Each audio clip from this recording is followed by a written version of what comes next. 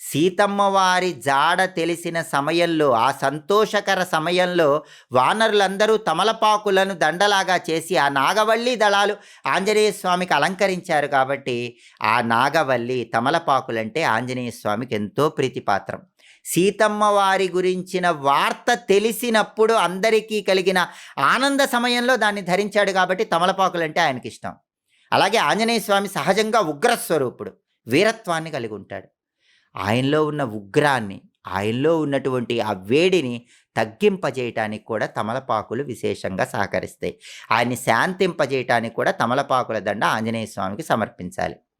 అదేవిధంగా ఆంజనేయ స్వామికి సింధూరం అంటే చాలా ఇష్టం.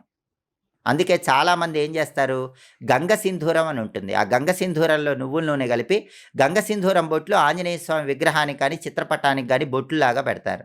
మరి ఆంజనేయ స్వామికి సింధూరం అంటే ఎందుకు ఇష్టం అంటే, ఒకసారి